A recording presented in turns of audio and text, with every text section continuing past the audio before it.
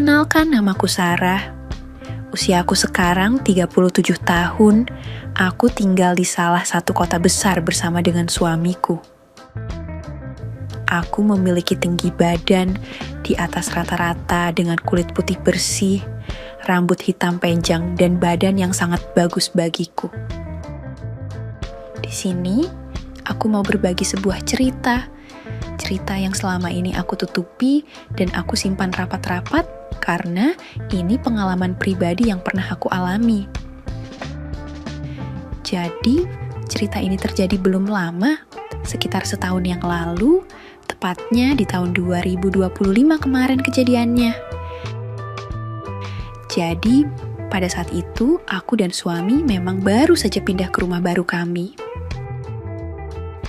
Sebelumnya, aku tinggal bersama dengan suami di salah satu apartemen, karena rumah kami masih belum selesai dibangun. Dan kalau sebelumnya, aku dan suami tinggal di rumah orang tuaku, setelah itu aku dan suami pindah ke apartemen. Suamiku sendiri bekerja di salah satu perusahaan asing dan suamiku juga menjalankan bisnis peninggalan dari kedua orang tuanya. Karena hal itulah kehidupan dan keadaan ekonomi keluargaku sangat tercukupi. Suamiku juga orangnya sangat ramah dan mudah berteman. Dan tak jarang juga suamiku dari sejak awal kami menikah, dia sering mengajak temannya ke rumah. Tak hanya sekedar main saja, kadang ia menyuruh temannya menginap di rumah. Apalagi kalau temannya itu memiliki hobi yang sama seperti suamiku, pastilah disuruh menginap di rumah sama suamiku. Dan itu memang sudah sering dilakukan sama suamiku, bahkan saat aku dan suami masih tinggal di rumah orang tuaku. Suamiku tetap menyuruh temannya menginap, karena suamiku bisa dibilang menantu kesayangan orang tuaku. Jadi ya tetap diizinkan sama bapak dan ibuku. Aku sebagai istrinya ya senang sih, karena suamiku memiliki banyak teman, yang mana itu seperti banyak saudara juga.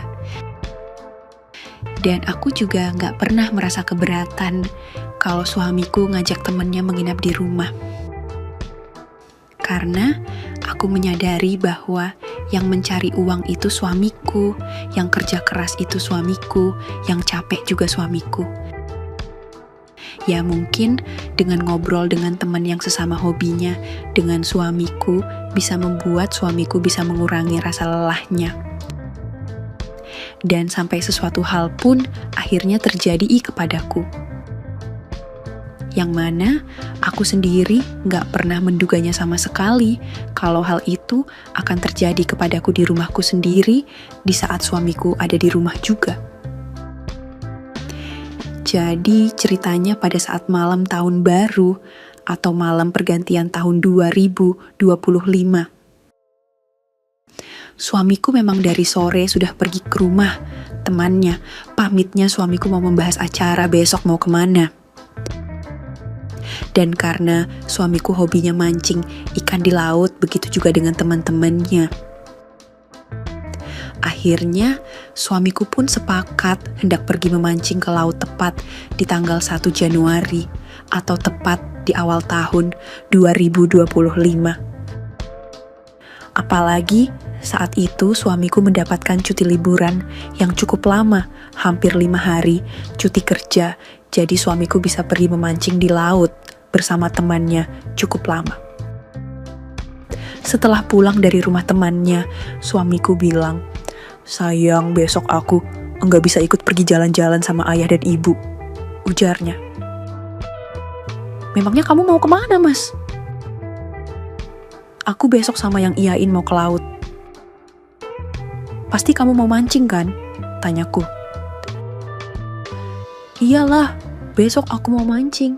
Sudah direncanakan semuanya kok tadi. Jadi ya aku harus ikut Tieng," ujarnya. "Tapi kan ini gak setiap hari kamu ada cuti kerja, Mas. Masa mau kamu habiskan waktu cuti kerjamu hanya untuk pergi bersama temanmu, Mas? Keluargamu sendiri gimana?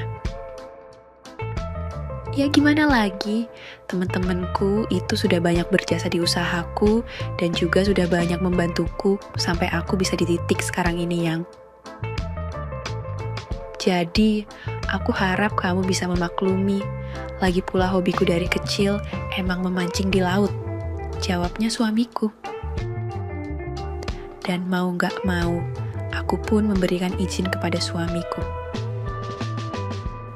Lalu, di jam 7 pagi, suamiku sudah siap berangkat dengan semua peralatan memancing dan beberapa bahan kebutuhan untuk selama beberapa hari memancing di laut.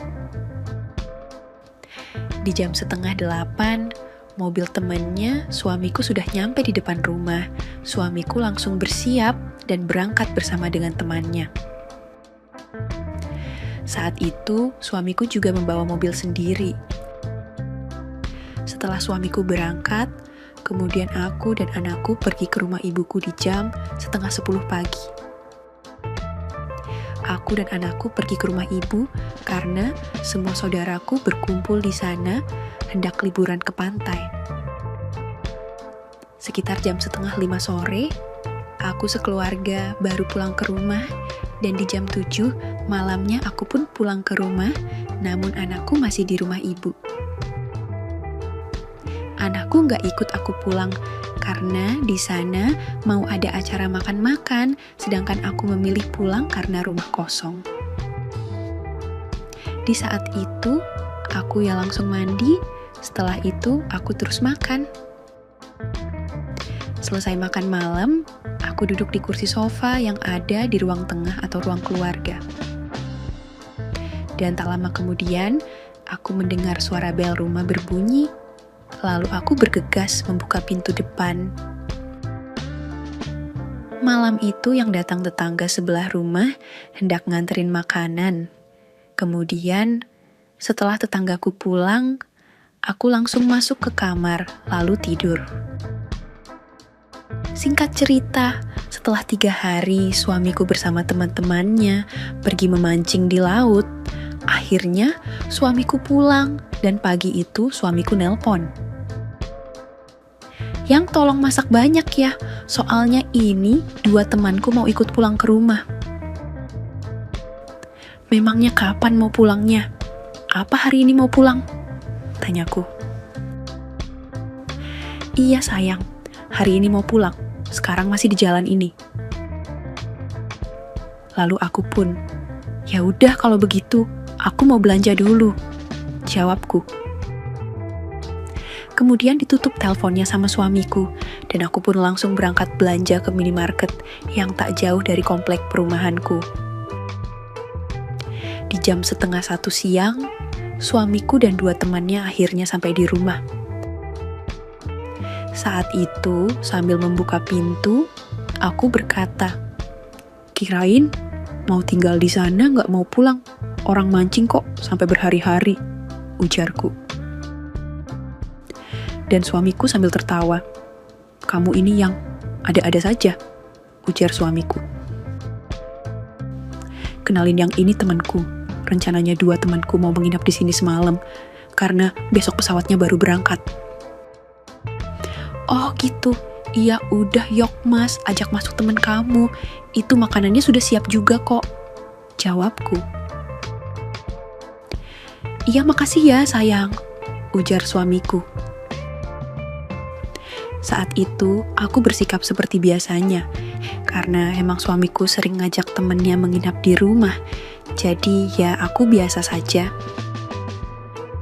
Namun, beda dari teman-temannya suamiku biasanya.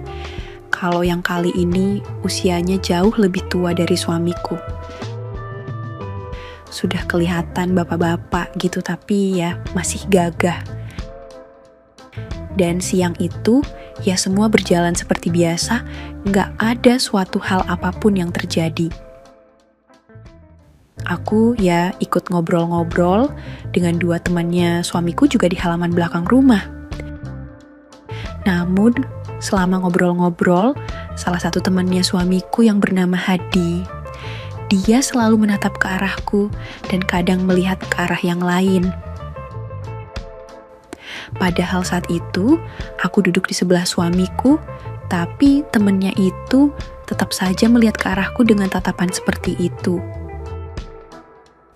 Tapi kalau teman suamiku yang satunya, yang bernama Dedi, dia bersikap sopan dan selalu menjaga pandangannya. Bahkan jarang melihat ke arahku selama kami ngobrol-ngobrol bersama, padahal saat itu aku berpenampilan sangat rapi, sopan dan tidak kurang bahan seperti biasanya. Karena aku tahu kalau mau ada temannya suamiku. Tapi entah kenapa si Hadi teman suamiku itu menatap ke arahku begitu dalamnya. Dan sampai pada akhirnya hal yang tidak pernah aku pikirkan sebelumnya pun terjadi. Pada saat selesai makan malam, tepatnya di jam 7:30 malam, suamiku dan kedua temannya kemudian ngobrol-ngobrol di halaman belakang rumah di gazebo. Mereka sambil bersihin alat-alat pancing yang baru selesai dipakai memancing di laut, sedangkan aku masih sibuk nyuci piring di dapur sambil bersihin peralatan dapur juga. Namun, tiba-tiba gak lama kemudian si Hadi temennya, suamiku masuk ke dapur, terus aku bilang, "Ada apa, Om? Mau bikin kopi?" tanyaku. Lalu dijawab, "Oh enggak kok Mbak, cuman mau ambil air aja Mbak, lagi nyuci piring ya Mbak," jawabnya. "Iya ini Om, biar besok pagi sudah bersih semuanya," jawabku. "Oh gitu, iya," jawabnya teman suamiku yang bernama si Hadi. Lalu aku kembali fokus menyelesaikan cucian piring. Saat itu, aku berpikir kalau si Hadi temannya suamiku sudah kembali ke halaman belakang bersama Dedi dan suamiku, tapi aku salah ternyata. Temannya suamiku si Hadi masih di dapur, dan tiba-tiba aku dikejutkan sama peyukan dari belakang, terus temannya suamiku berbisik, "Udah Mbak, diem aja, jangan berisik nanti. Suami kamu malah tahu Mbak," ujarnya. "Mau ngapain Om? Jangan aneh-aneh deh Om, ada suamiku." "Enggak, Papa kok Mbak. Cuma sebentar saja Mbak. Dari tadi saya perhatiin Mbak ini bener-bener cantik banget," ujarnya. "Jangan aneh-aneh Om, aku gak mau kalau sampai suamiku tahu Om, lepasin," ujarku sambil berusaha melepaskan peyukannya. Namun sama sekali dia tidak mendengarkan apa yang aku katakan. Sampai tiba-tiba aku merasa ada sesuatu dan dia pun bilang, "Maaf Mbak, pinjem sebentar ya Mbak. Nggak lama kok Mbak, dan jangan berisik ya Mbak," ujarnya. Dan aku pun hanya bisa diam saja, karena aku juga nggak mau kalau sampai suamiku tahu. Jadi, aku hanya bisa membiarkan si Hadi, temannya suamiku, mendaptakan apa yang dia mau di dapur. Ya memang benar cuma sebentar. Setelah dia sudah selesai, kemudian dia balik lagi ke halaman belakang bersama dengan suamiku dan juga si Dedi. Namun, sebelum ke halaman belakang si Hadi ini berbisik kepadaku, "Gimana Mbak? Oke kan? Nanti saya tunggu Mbak kalau suami Mbak sudah tidur," ujarnya sambil tertawa kecil. Dan aku pun hanya diam saja. Aku kemudian kembali melanjutkan nyuci piring di dapur, tapi masih kepikiran dengan apa yang baru saja terjadi kepadaku. Dan aku pun merasa menyesali, kenapa aku kok hanya diam saja. Selesai nyuci piring, aku buatin kopi untuk suamiku dan kedua temannya. Dan kembali, si Om Hadi kembali berulah saat aku mengantarkan kopi. Di saat aku sedang meletakkan kopi dari nampan si Om Hadi ini, tangannya gak bisa diem. Padahal, Saat itu ada suamiku dan si Dedi yang masih bersihin alat pancing yang habis dipakai mancing di laut. Dan aku hanya bisa diam saja karena nggak mau kalau sampai suamiku tahu. Lalu aku pun masuk ke dalam rumah setelah buatin kopi untuk suamiku dan kedua temannya. Lalu aku masuk ke dalam kamarku, kemudian aku bersih-bersih cuci muka dan cuci kaki sebelum mau tidur. Tapi, aku masih menunggu suamiku sambil nonton TV di kamarku. Namun, sampai jam 11 malam, suamiku dan kedua temannya masih di halaman belakang, masih ngobrol-ngobrol, dan belum selesai bersihin alat pancingnya. Dan di jam setengah 12 malam, suamiku baru masuk ke dalam kamar hendak tidur. Kemudian, aku bilang, "Yang, pintu gerbangnya sudah dikunci apa belum?" Tanyaku. "Kayaknya belum deh, kamu kunci dulu sana pintu gerbangnya. Aku sudah ngantuk dan capek banget ini. Males mau turun ke bawah lagi," ujar suamiku. Dan aku pun bilang, Yang kamu kan, yang barusan dari luar loh. Kenapa nggak dikunci sekalian? Tahu sudah malam," jawabku. "Udahlah, aku mau tidur. Sana kamu tutup dulu pintu gerbangnya," ujar suamiku. Jadi, mau nggak mau, aku pun keluar dari kamarku karena mau mengunci pintu gerbang. Saat aku turun dari lantai 2, pas aku sampai di tangga rumah, teman suamiku si Hadi dan si Dedi sedang duduk di ruang tengah. Mereka berdua sedang ngobrol-ngobrol.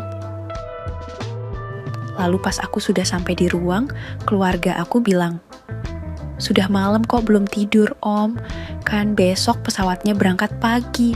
Harus ke bandara pagi-pagi," ujarku. "Iya ini Mbak, masih belum bisa tidur ini loh," ujar si Dedi. Kemudian si Om Hadi berkata, "Lah mau kemana Mbak? Apa yang tadi mau dilanjutkan?" "Hehehe," ujarnya. Lalu aku bilang, "Mau mengunci pintu gerbang, tadi lupa belum dikunci," jawabku sambil jalan menuju ke ruang tamu. Setelah mengunci pintu gerbang rumah, aku terus masuk ke dalam rumah lagi. Tapi pas aku masuk ke ruang tamu, kedua teman suamiku sudah menungguku di ruang tamu. "Hehehe, sebentar Mbak, dilanjutkan yang tadi ya Mbak ya," ujar si Om Hadi. Dan aku pun berkata, "Enggak Om, aku mau ke kamar Om, jangan aneh-aneh deh Om," ujarku. Lalu si Dedi bilang, "Loh ya, nanti dulu Mbak, masa si Hadi dikasih kok saya enggak Mbak? Ya enggak adil itu namanya," ujarnya sambil tertawa. Dan saat itu, tanpa bilang apa-apa lagi, si Om Hadi langsung satset saja. Terus, aku disuruh untuk membantu mereka berdua di ruang tamu. Saat itu, entahlah, aku nggak tahu lagi jam berapa baru selesai membantu kedua teman suamiku. Setelah selesai, aku langsung ke kamar dan tidur, karena aku takut kalau suamiku kebangun, aku nggak ada. Dan keesokan harinya, kedua teman suamiku, si Om Hadi dan Dedi, bersikap biasa saja. Di jam 6:30 pagi, suamiku sudah berangkat nganterin kedua temannya ke bandara. Saat itu, aku benar-benar nggak menyangka kalau akan terjadi semua itu kepadaku. Yang sebelum-sebelumnya tidak pernah terjadi kepadaku, meskipun sudah sering suamiku mengajak teman-temannya menginap di rumah. Sejak kejadian itu, aku selalu meminta kepada suamiku untuk tidak usah mengajak temannya menginap di rumah lagi. Ya, walaupun kadang suamiku tetap saja melakukannya. Namun, aku lebih memilih untuk tidak keluar dari kamarku, karena aku benar-benar gak mau untuk melakukan itu lagi. Ya meskipun saat aku masih gadis dulu atau saat aku belum menikah, aku memang bukanlah seorang gadis yang baik. Aku sudah terbiasa melakukan itu sejak aku masih SMA. Apalagi saat aku masih kuliah, hal seperti itu hampir setiap ketemu dengan pacarku selalu melakukan itu. Tapi itu semua sudah tidak pernah aku lakukan sejak aku menikah. Karena aku menyadari dan tahu persis ketika aku sudah menikah, semua dosa yang aku lakukan, suamikulah yang menanggungnya. Jadi, aku berjanji sama diriku sendiri untuk tidak melakukan itu. Karena itulah, aku sampai sekarang benar-benar belajar menjadi seorang istri yang patuh dan taat kepada suamiku. Meskipun memang selalu ada saja cobaan dan godaan yang menghampiriku. Tapi, aku selalu berusaha sebisaku agar kebiasaanku saat masih gadis nggak akan aku ulangi kembali. Dan di awal tahun 2025 kemarin, aku juga sudah berniat memakai hijab dan belajar untuk mendalami ilmu agama. Ya, semua itu aku lakukan karena apalagi yang aku cari kalau semuanya sudah dipenuhi dan dicukupi sama suamiku. Aku sudah tidak merasa kekurangan suatu apapun. Jadi, aku pun belajar ilmu agama untuk menjadi istri yang baik dan soleha agar bisa meringankan beban suamiku atas apa yang dulu pernah aku lakukan. Tamat. Oke, segitu dulu untuk kali ini. Dan semoga kalian, bosku semua, terhibur hari ini ya. Sekali lagi, tidak pernah lupa, Mimin ingin mengingatkan bahwa tidak ada maksud untuk merusak moral. Tapi, di sini, kami selaku admin channel Makiem hanya berbagi pengalaman dari viewer saja yang tentu saja tidak untuk ditiru. Terima kasih sudah mau mendengarkan kisah nyata ini. Ambil baiknya dan buang buruknya dari cerita kisah ini. Semoga hal seperti ini tidak terjadi kepada kita semua, bosku, dan semoga kita semua dilindungi dari mara bahaya. Amin ya Rabbal Alamin. Terima kasih dan sampai jumpa di cerita selanjutnya. Jangan lupa like, komen, share, dan subscribe. Oh iya, kira-kira kalian semua, bosku yang terhormat, kepengen kisah-kisah yang seperti apa lagi nih?